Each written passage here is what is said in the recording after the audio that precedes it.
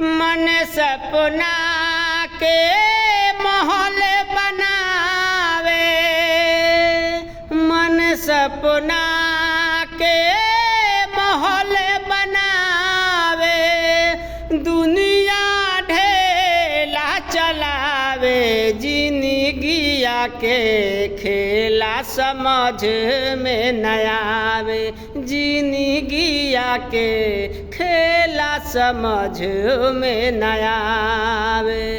जब जब दिन बिगाड़े पर होला, केहू न रोके न पावे है।